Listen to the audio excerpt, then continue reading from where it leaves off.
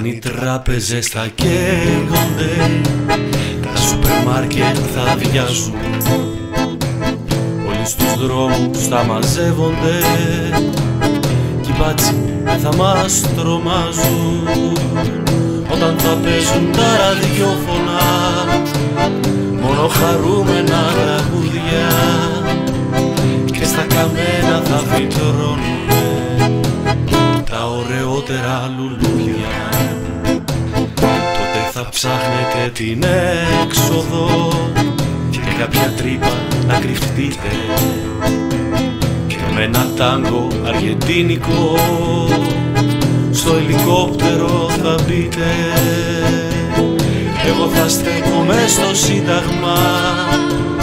με του τσολιά τη φουστανέλα και θα μαζεύω φράγκο στα έδρα με το σουτιέν μου την πανέλα και τα καλά μας θα φορέσουμε όσα μας έχουν απομείνει και μες στους δρόμους θα χορεύουμε